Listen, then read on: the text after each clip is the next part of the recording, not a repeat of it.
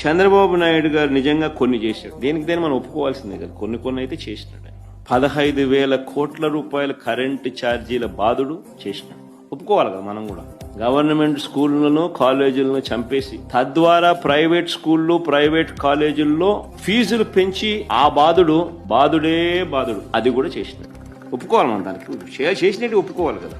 అన్ని పన్నులు పెంచడం వల్ల ఇంటి అద్దెల బాధుడే ఇది కూడా ఒప్పుకోవాలి, చేసినాడు కదా. హెరిటేజ్ కోసం అమలును చంపేసి పాల రేట్ల బాధుడే ఇది కూడా ఒప్పుకోవాలి, చేసినాడు కదా. ఇది కూడా ఇంటింటికి రేషన్ అందించే వాహనాలు తీసేసి ఆ రేషన్ ద్వారా సబ్సిడీకే కందిపప్పు ఇచ్చే కార్యక్రమం కూడా మానేసింది, ఆ బాధుడు కూడా ఒప్పుకోవాలి. ఆ రేషన్ ద్వారా అందించే పప్పులు లాంటివి ఆపేయడం వల్ల పప్పుల ధరలు బాధుడే అవి కూడా చేశాడు, అది కూడా ఒప్పుకోవాలి. ఇలా అన్ని రకాలుగా బాధుడే కార్యక్రమానికి మొదలుపెట్టాడు.